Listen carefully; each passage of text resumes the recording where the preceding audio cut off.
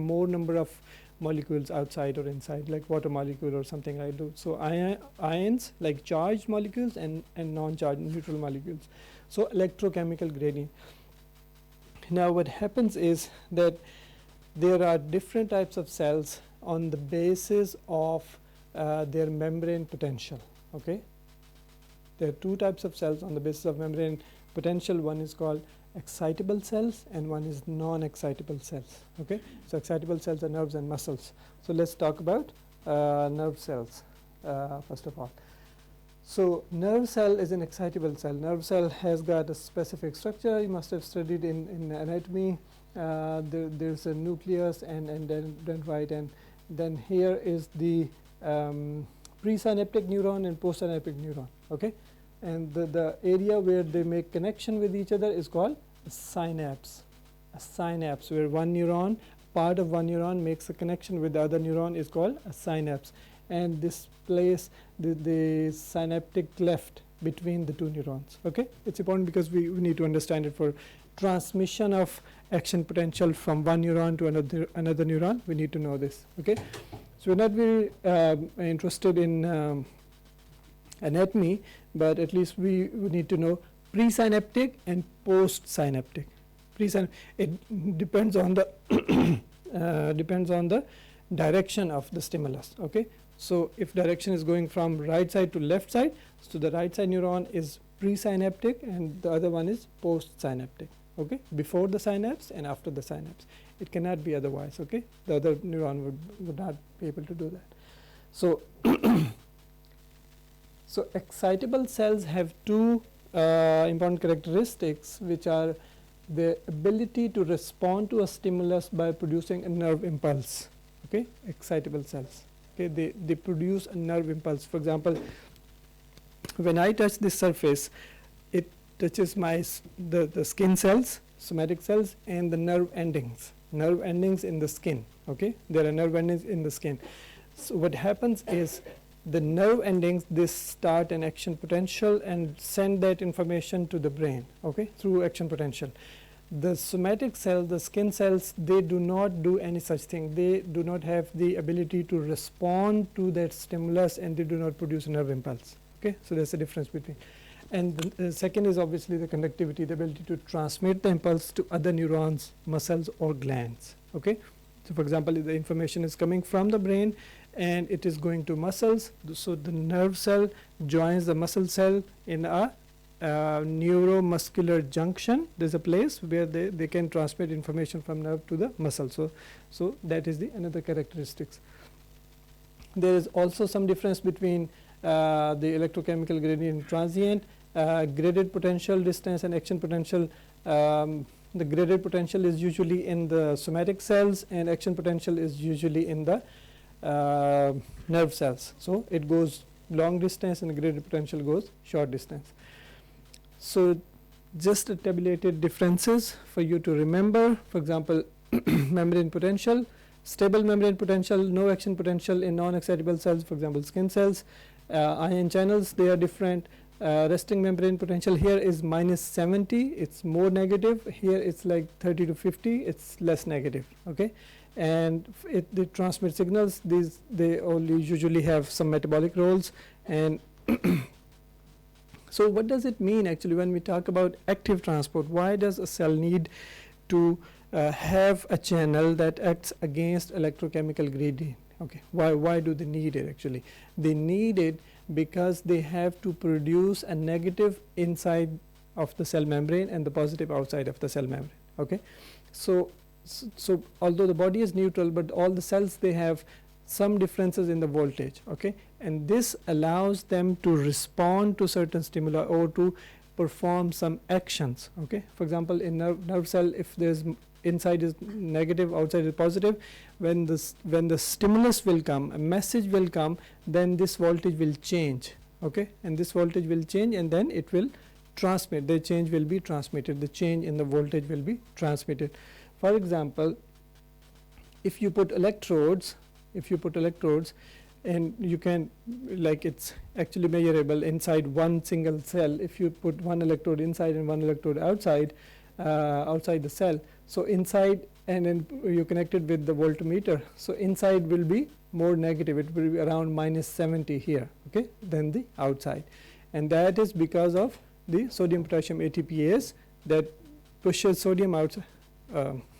Sorry, I didn't mean to lock it.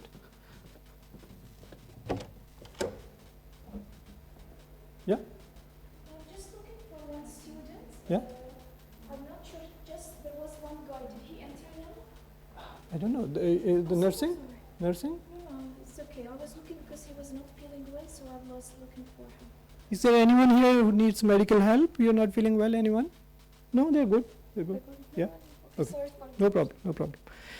Okay. So what happens is when you measure the voltage, in one cell, then you are able to see that its membrane potential is somewhere between 40 to 90 or on the average 70. And this is actually measurable. So most of these ions, for example, sodium potassium ATPase, it's always working to throw sodium outside, potassium inside. And the negative, it is because, not because of potassium, because potassium is also positive, but because of chloride. So it's more complicated. So we're not going into those details, but inside of the cell is negative, outside is positive. Right? Now the chloride ions.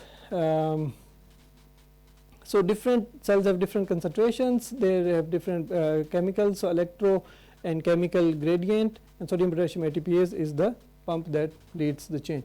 Now what happens is when we have put electrodes, and one outside the cell, one inside the cell, and now we are calculating, measuring and plotting. We are making a graph of the voltage, what happens inside the cell. So at resting stage is around -90 or -70 or somewhere like this, okay, on the average. Yep.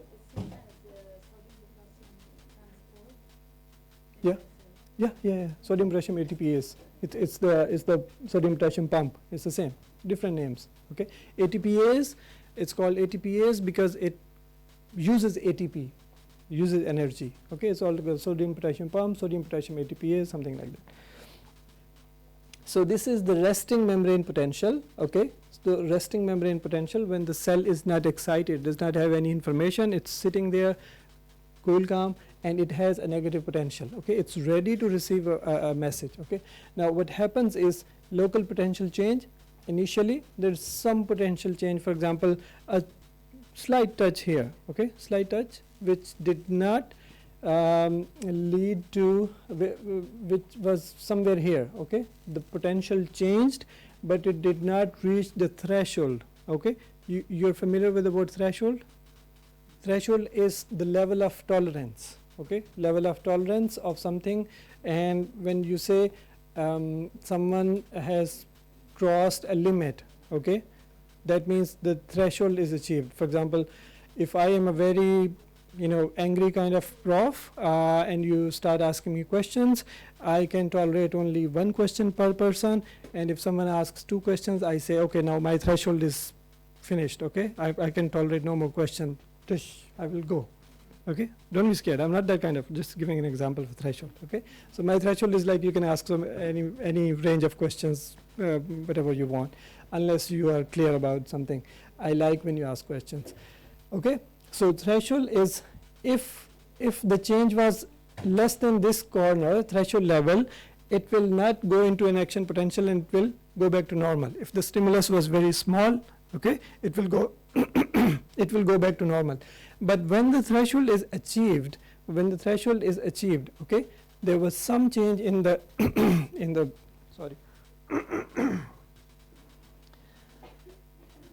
in the membrane potential, then the sodium channels open and there's a process called depolarization. Okay, so the negative charge when it goes to 0, okay, it start becoming more positive and even goes to +35. It's called depolarization. Polarization means 2 poles that are different. Okay, different. One is different from other. Depolarization is the reversal of that process. So all the sodium channels or most of sodium channels open, and the difference of charge on the 2 sides of cell membrane start becoming 0, or even it becomes on the opposite side. So it reaches an action potential. This spike is called action potential, then when a threshold, an action potential is achieved, then it starts going back to normal. The sodium potassium ATPase, the sodium potassium pump, they start working again, throwing sodium out and potassium in and chloride in, and that's why it starts becoming negative again. That's called repolarization. Okay, the cell membrane starts becoming polarized again. Okay, and it becomes back, and in coming back, sometimes it even goes less than RMP, resting membrane potential. It's called hyperpolarization. Okay, but then it comes back to normal. Now, what happens is that, like when this happens, it happens in one cell.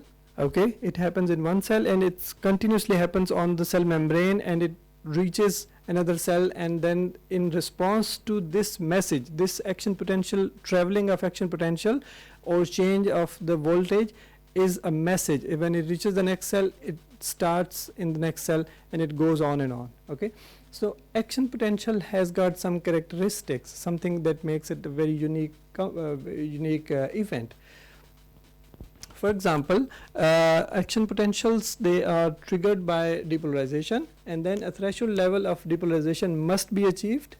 Okay, before the threshold level, the action potential will not happen. If the stimulus is less than threshold, then there will be no action potential. Then when action potential happens, it either happens or not happens at all. There's no half of the action potential, or no half-hearted action potential. Like students, they prepare for exams, either they prepare fully or they don't prepare at all. But there are some students who prepare half of it, but it doesn't happen with action potentials. So it's all or none event, all or none. Either action potential happens or action potential does not happen at all. And then it reverses, and then there's a refractory period. Okay, once the spike happens, once the action potential goes up, during this period, and it's in like microseconds, it's a very short time, but during this period, unless it comes back to resting membrane potential, you cannot initiate a second action potential.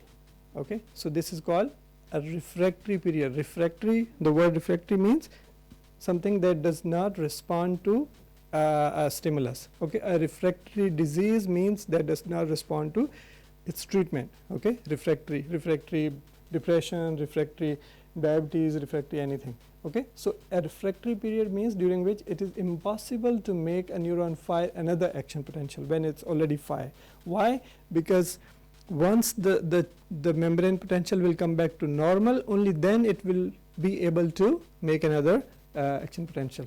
Okay, right. So I'm just rushing through to keep time for revision.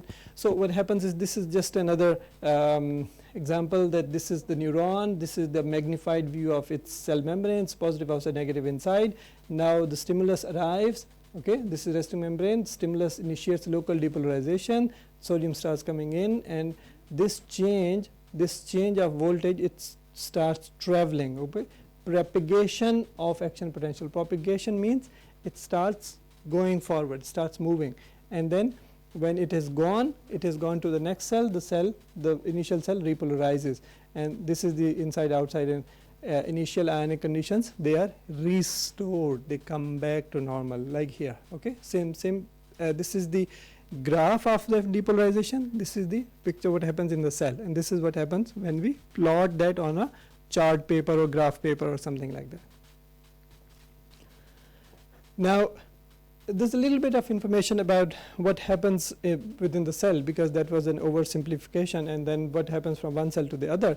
So what happens is, this is the cell, for example, this is the part which we have magnified. Now this part is making connection with another neuron. Okay, so this area, as I told you, is called synaptic cleft. Okay, this neuron presynaptic, this is postsynaptic, where two neurons meet, that's called a synapse. Okay, so there are different types of synapses, but here, for example, the action potential was traveling from this side. Okay, action potential arrives here, and then it leads to opening up of calcium channels, and then some vesicles with a chemical inside which is called neurotransmitter, a chemical which is called neurotransmitter. Okay, so those vesicles inside, they are fused with the membrane here, okay, reaches an axon terminal, the electrical charge opens calcium channels, okay, and the tiny vesicles containing neurotransmitter to fuse with the axonal membrane, okay, like exocytosis. You remember exocytosis? So this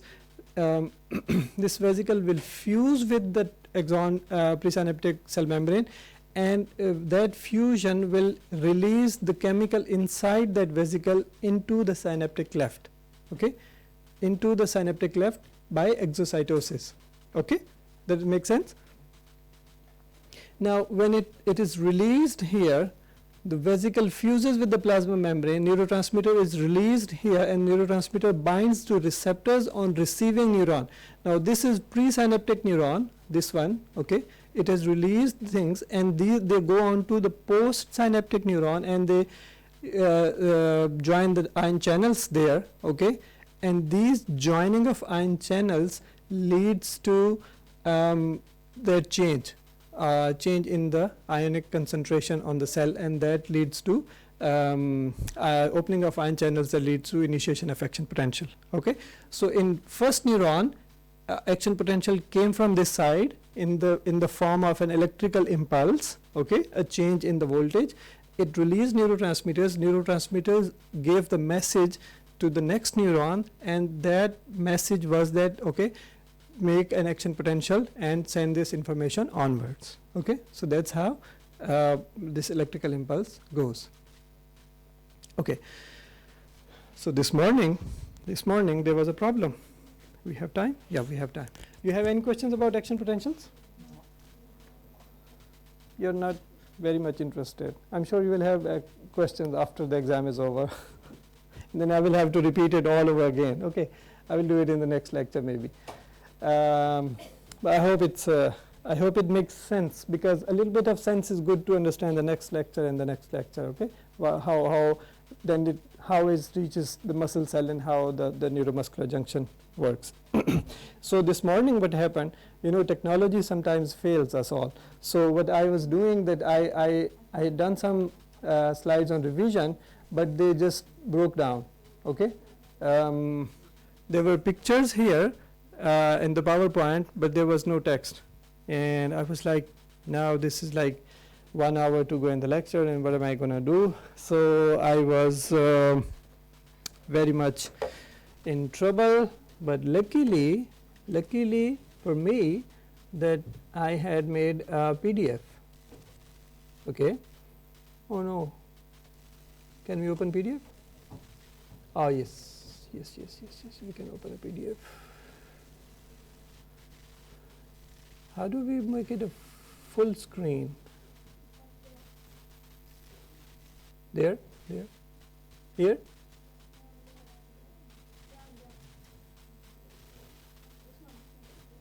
This one? Thank you. Okay, thank you.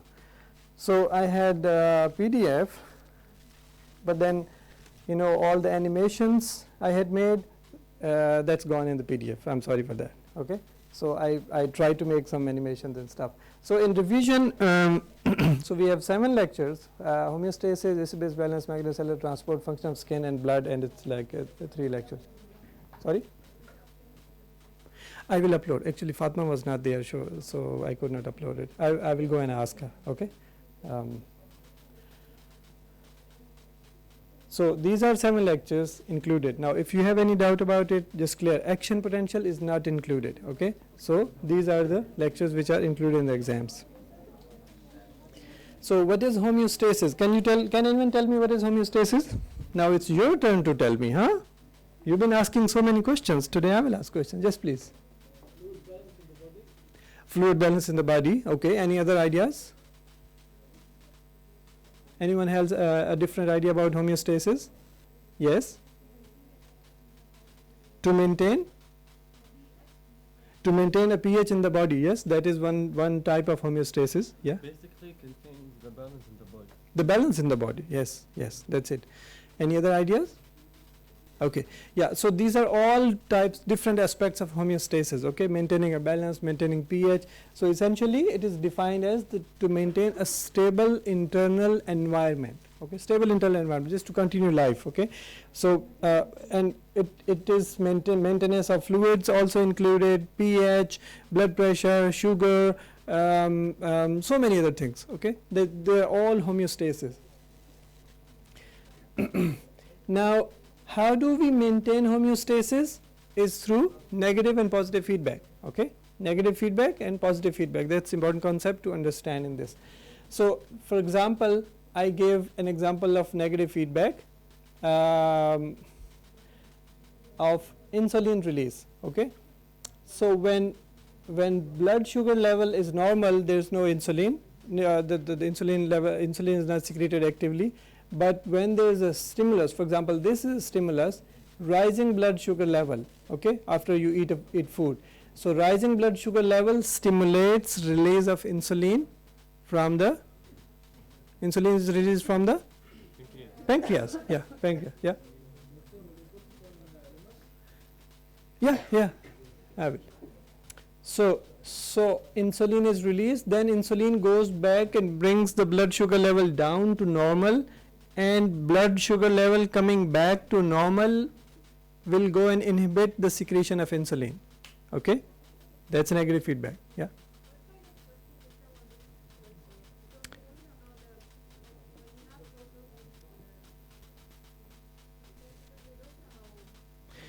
You can have a question like, this photo is for insulin or acid base balance, or this photo is red colored or blue colored. There will be photo. No, there won't be any pictures in the exam, not from my side at least. Maybe from an admin side there are. He said Okay. they are not going to. No? No, in the final. Okay, yeah, in the final, okay. So right now we just want to see how good you perform, okay. And if you perform very well, the next exam will be very difficult, okay. So okay, if all of you solve all the questions 100%, then the next exam will be difficult. If you make mistakes, don't worry, the next exam will be easy, okay. Okay, there won't be any pictures. There won't be any pictures in the exam, but this, you need to understand this, okay. Now on the opposite side, guys, you need to listen, it's for you, okay. On the opposite side, when sugar goes low, there's another hormone that is released that brings sugar up, and then it goes and inhibits its own release, okay. Okay, so that's also negative feedback. These both of them, they are examples of negative feedback, okay. Negative feedback, insulin and glucagon, they are opposite to each other, but they both are governed, or they work under the principle of negative feedback. The negative feedback means there is a stimulus that leads to an effect, and that effect goes back and inhibits the stimulus, okay. Negative feedback means something that goes back to inhibit the stimulus. What does positive feedback mean? Something that a stimulus leads to an effect, and effect leads to increase in the stimulus, okay. Like, yeah.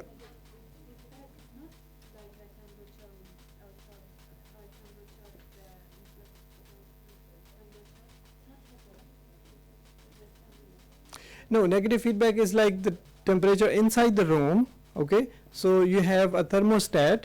If the temperature goes high in the room, okay, then the thermostat will activate air conditioning, and air conditioning will stop that stimulus. It will bring the temperature down, and then the stimulus will be stopped unless the temperature goes up again, okay. So that's negative.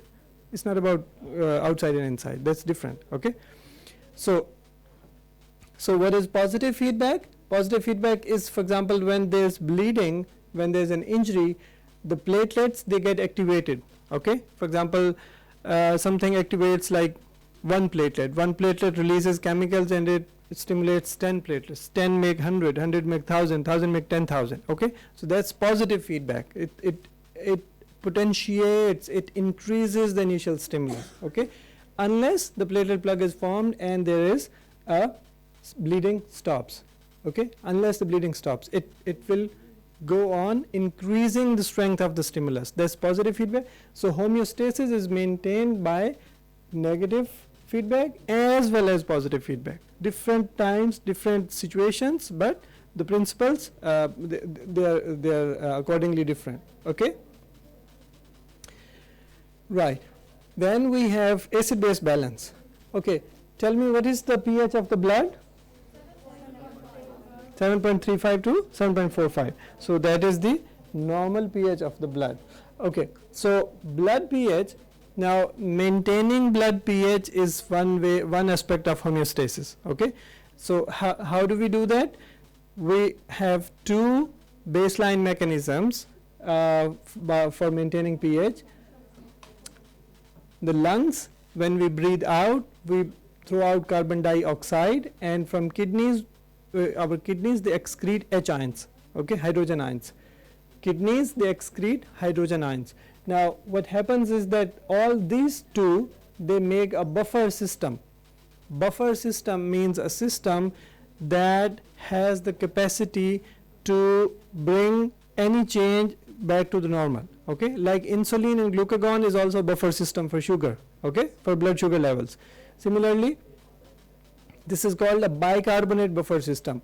Bicarbonate buffer system is this equation. If there is more carbon dioxide being produced in the body, it will convert into H ions and bicarbonate ions, and H ions will be secreted through kidneys.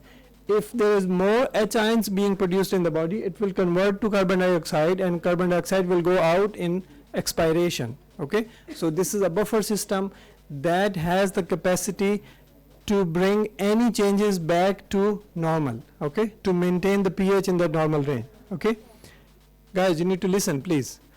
So there are other buffer systems also in the body: phosphate buffer system, protein buffer system, but those are like complex details. You at least need to know the bicarbonate buffer system. Okay, so this happens with the lungs and kidneys. Now what happens when, for example, lungs are not working and there's more carbon dioxide in the body?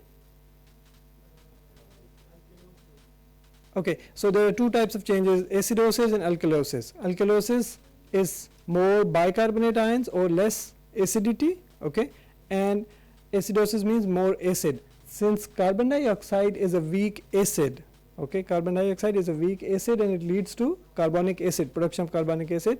So if there is more carbon dioxide in the body, it's called acidosis. Acidosis, and it is originating by a dysfunction of respiratory system. So what is it called? Respiratory acidosis. Yeah. You don't need to memorize, but just you have to understand. Okay, because if you know in your head that, okay, this is, if there is a problem with the carbon dioxide, what's going to happen next? Okay, or if there is a problem with H ions, for example, in diabetic acidosis, yes. The equation? No, there won't be any questions that need this equation, at least. Okay, the questions would be simple. But you need to know, for example, if there's diabetic ketoacidosis, there's more H ions being produced in the body, then you need to know in your head what will happen next. Okay, these H ions they will convert into carbonic acid, and carbonic acid will convert into CO3. So there can be a respiratory acidosis, okay, when too much carbon dioxide is in the body. Respiratory acidosis.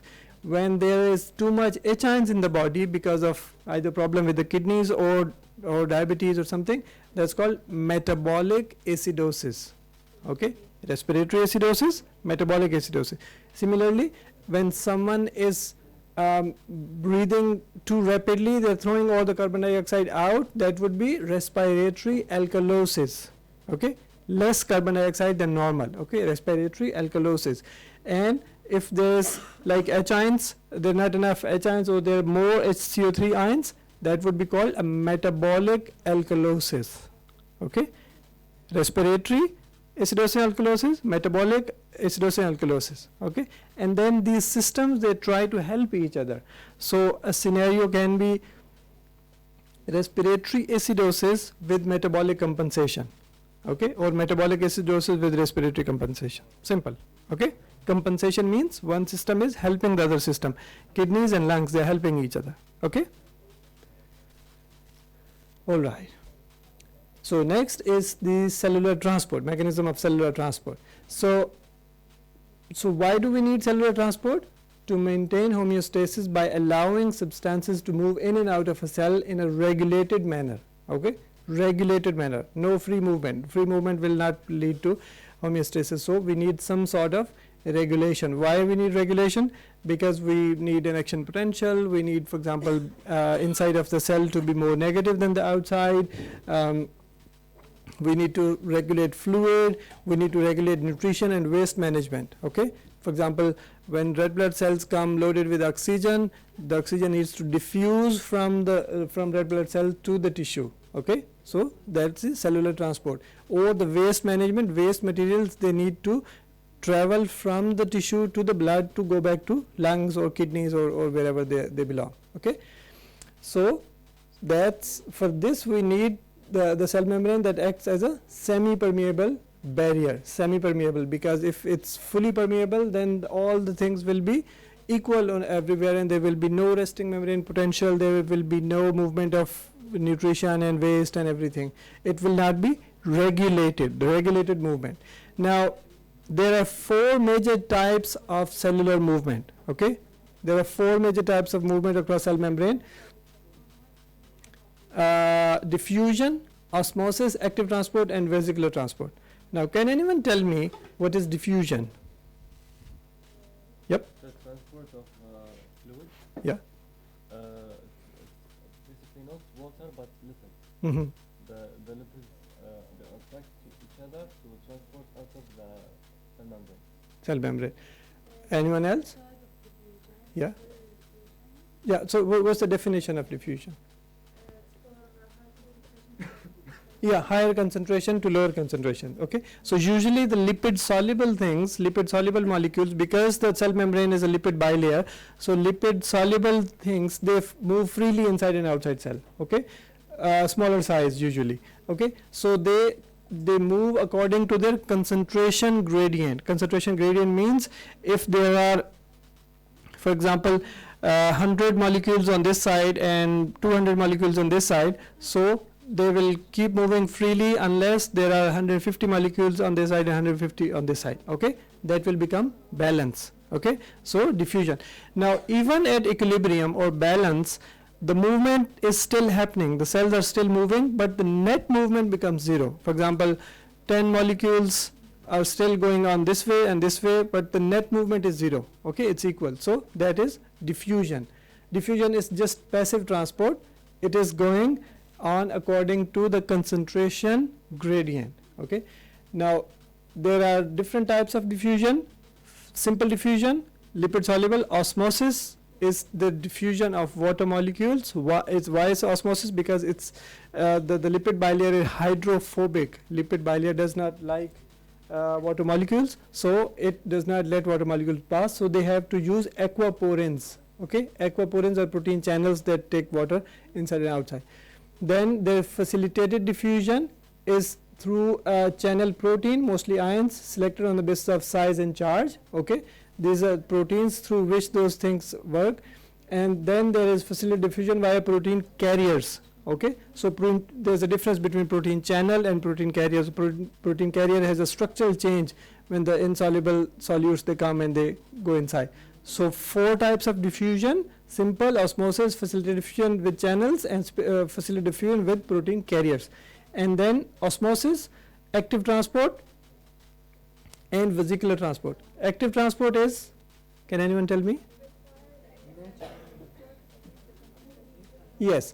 So active transport that requires energy to move substances against the concentration or electrochemical gradient. Now we know that there is a chemical gradient and there is an electrical gradient. Okay, so electrochemical gradient. Okay, so electrochemical against electrochemical gradient, it's called active transport. It uses energy, like sodium potassium pump, also called sodium potassium ATPase. ATPase because it uses the ATP. And last one is vesicular transport. What is vesicular transport?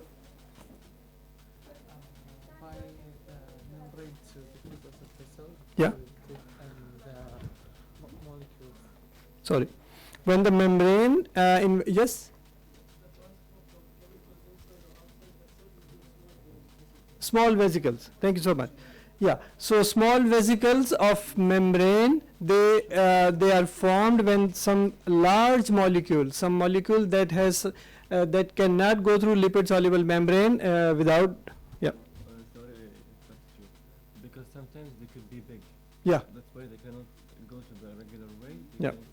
The molecules can be bigger in size, so they need a special vehicle for them to transport from inside to outside, or like neurotransmitters. Neurotransmitter molecules are really big molecules. Serotonin, acetylcholine, those are very large molecules. They cannot just diffuse through from inside. So as we said earlier, there are vesicles inside the cell that contain neurotransmitter, and when action potential comes, those vesicles go and fuse with the membrane and open on the outside and release the neurotransmitter. Okay.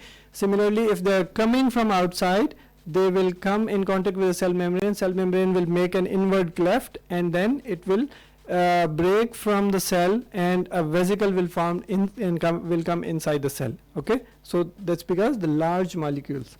So the concept is clear, right? Diffusion, osmosis, active transport, and vesicular transport, and for 4 types of diffusion. Okay, next is functions of skin.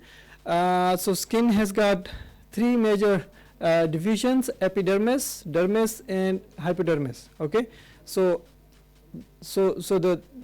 the important aspect of its function, since we are more concerned about its function, so we know that epidermis is the stratified squamous epithelium with appendages. Appendages, these hairs, nails, and these things. Okay, and it has got 5 zones. And 5 zones: stratum corneum, lucidum, granulosum, and they have got certain functions. Okay, they have got certain functions, so at least we need to know. Okay, for example, stratum basale has got the stem cells that make new cells. That is one of the most important function of this part. Then is dermis. Dermis is the connective tissue layer. Dermis is the connective tissue layer, all the connective tissue here, and it contains nerves and vessels, nerves and blood vessels, nerves and nerve endings. For example, this is a nerve ending, this is a corpuscle that is the receptor for a nerve impulse. Okay, so a receptor for a nerve impulse, and then the blood vessels. This is the dermis part that contains nerves and vessels and the receptors. Okay, so it has got a very important function, and also the glands, the sebaceous glands and the other glands. Okay, then the last one is the hypodermis, which is just the fat tissue before the superficial fascia. Now the functions of skin, because physiology is the function, study of functions, so we need to understand how many functions you remember, or for example you can be asked, so which one of the following is a function of skin? Okay, or which structure lies in epidermis or hypodermis, or which part of the epidermis produces, for example, stem cells or things like that. Okay, so functions are the resistance to trauma and infection as much as possible, barriers to ultraviolet light, vitamin D synthesis. Okay, so at this stage, if you know that, okay, vitamin D is synthesized in which part of the body, for example, liver, kidneys, skin, and something else. Okay, so you can find out it's the skin. Okay, and then sensory receptors. These sensory receptors are here in the skin, in the dermis part. So they thermoreceptors to gauge the temperature outside, and they lead to sweating. And then non-verbal communication is also one function of skin, where our skin sometimes changes color, or pyroerection, the hair, they stand up in an emotional stimulus, and we convey a message of being in a particular emotional state without telling in words. Okay, so non-verbal communication, right? Yep. Do we have to memorize the layers or only the Yeah, layers are important. Layers are important because layers, they are different parts, and their contents. They are like, where are the blood vessels, where the nerve and muscle, where the new cells are formed, where is the appendages. These things are really important. Otherwise, you wouldn't understand. Yeah. Sorry. Will you send this slide? On the LMS? Yeah. Yeah, I will. Actually, in the morning I wanted to, but I could not because Fatma was not there in the office. Okay, I will upload it. Are they enough to study for the test? Well, I wouldn't particularly say. I tried to squeeze most important parts of the lecture on one slide. It was difficult. Okay, but at least they give an idea about what is significant. Okay, yeah, yep.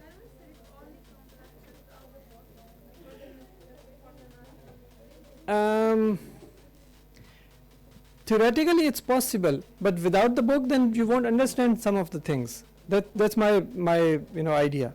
Why I do not recommend it is that, for example, here if in the lecture I've just written this, okay, for example this.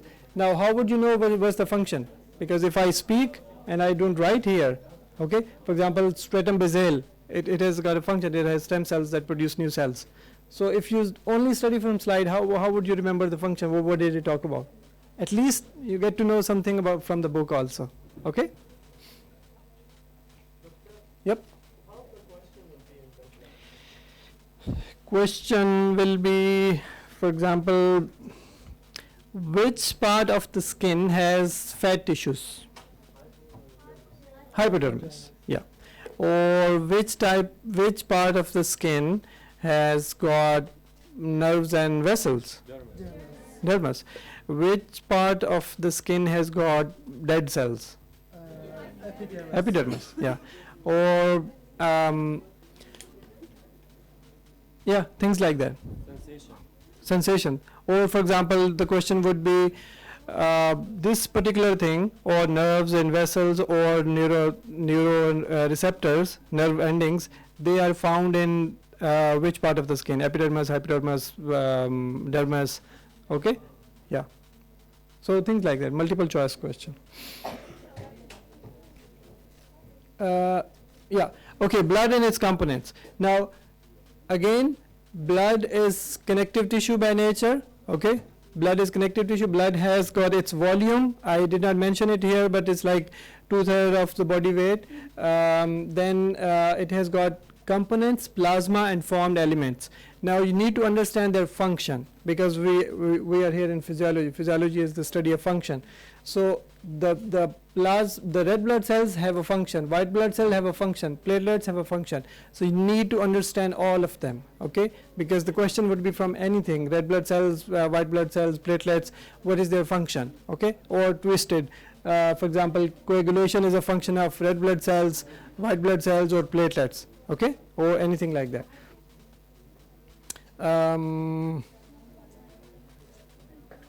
Yeah. And then one more important thing which I didn't mention here was the white blood cells. They protect body from infectious microorganisms and they function outside the bloodstream. Okay, so a question can be, which of the blood cells they function outside the bloodstream? Okay, red blood cells, they stay inside. Okay, they're coming here. For example, this is the capillary. They will give oxygen to the tissue and they will just go home. Okay, but white blood cells, they have to squeeze through and go inside the tissues through a process which is called diapedesis. Okay, a process which is called diapedesis. Diapedesis is the movement of white blood cells from the capillaries into the tissues, because infections are inside the tissues. Okay, so they squeeze into the tissues and there they go and fight with the infection. Okay, red blood cells, they stay at their place. They stay in the capillary. They just give oxygen, take carbon dioxide, and go home. Okay. All right. So next is hematopoiesis. Hematopoiesis is the production of blood. Okay, and its components. Hematopoiesis is the production of blood components. For example, erythropoiesis, leukopoiesis, thrombopoiesis. Okay, so how does first of all, what are the factors that initiate that production of new blood component? For example, red blood cells, they are stimulated by erythropoietin. Okay. Leukocytes, the leukopoiesis, it's initiated by colony stimulating factors. Okay, and platelets, thrombocytes, they are initiated or stimulated by thrombopoietin, erythropoietin, thrombopoietin, and colony stimulating factors. And then where does this the process of hemopoiesis occur? It occurs in red bone marrow. Okay, it occurs in red bone marrow and the different locations. Now, how does it occur? For example, here only red blood cells are discussed, but also there's another picture for platelets and white blood cells. Guys, so pluripotent hematopoietic stem cell. Pluripotent means plural potential. Plural means more than one. Potential means potential to become anything. So a pluripotent stem cell can become a red blood cell, white blood cell, anything. Okay, it initially becomes a myelocyte or a lymphocyte, and then lymphocyte becomes white blood cell, and myelocyte can become red blood cell and platelets. So a pluripotent hematopoietic stem cell becomes an erythroblast, and erythroblast becomes reticulocyte, and reticulocyte becomes erythrocyte. So that is the process of erythropoiesis. Okay, that's the process. So hemopoiesis factors, then where does it occur, and what are the pluripotent hematopoietic stem cells? Okay, it's clear. And lastly is the hemostasis. So hemostasis is important because not the whole slide, the whole lecture was important for the exam purpose, because in the book it's very simple. It's book only this is given. So step 1, vascular spasm occurs. Step 2, platelet plug forms. Okay. So primary hemostasis. Okay. Hemostasis is stopping blood from bleeding. Okay. So primary, it's 3 parts: primary, secondary, and tertiary. So primary, you need to know these steps. Okay. So primary hemostasis is the platelet plug formation. Okay, primary hemostasis is this platelet plug formation, and it's an initial manifestation of clot formation. And secondary hemostasis is the clotting cascade and stabilization of the clot.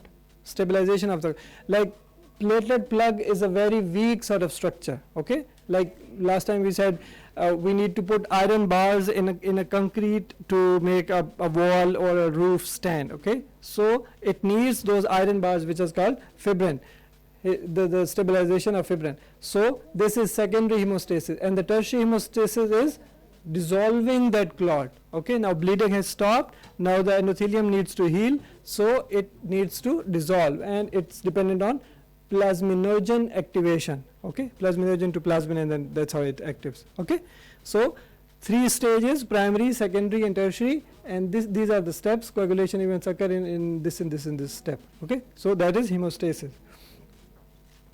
Okay, sorry, no, blood type is only for lab. It will be an OSPE. Blood types is not included. So I made this question, and there was a very nice animation in PowerPoint, but I don't know what happened. So exposure to which of the following proteins causes platelets to be activated? Is von Willebrand, Miliband, Lillebrand, or Chilibrand? Which one is? The von Willebrand. Okay, yeah, that was a joke actually. It ruined the joke actually. PDF is not good. I'm sorry. So there was an animation that I click. First the Willebrand and Billibrand and blah blah blah. It's von Willebrand, okay? Von Willebrand factor. And the next question was also like which of the following organs is not required to maintain a stable internal environment? Okay? It's the skin, lungs, kidneys, or liver. They're all vital. Okay? But this question, this is a serious question. Okay? Guys, take it seriously. This is a serious question. Okay? It's not in the exams. It's not in the exams, but it gives you a structure in the exams. Okay, so structure is which of the following best describes a positive feedback mechanism? Okay, which of the following describes a positive feedback? A process that reverses the initial change, a process that has no effect on the initial change, a process that amplifies the initial change. Okay, yeah, a process that stabilizes the initial change, and a process that stops the initial change. Okay. So, and the question can also be which of the following best describe a negative feedback, okay, with the same, okay, with the same options. Okay, so that's what you need to take seriously, that a positive feedback amplifies initial change, and a negative feedback, it reverses the initial change, reverses. Okay, it's not to stop or it's not to stabilize, it reverses. For example, the secretion of insulin was a change that, blood sugar level goes back to normal. The secretion of insulin reverses. Okay, so a negative feedback and a positive feedback. Is that okay? That's all from my side. I wish you all the best for your exams. Good luck.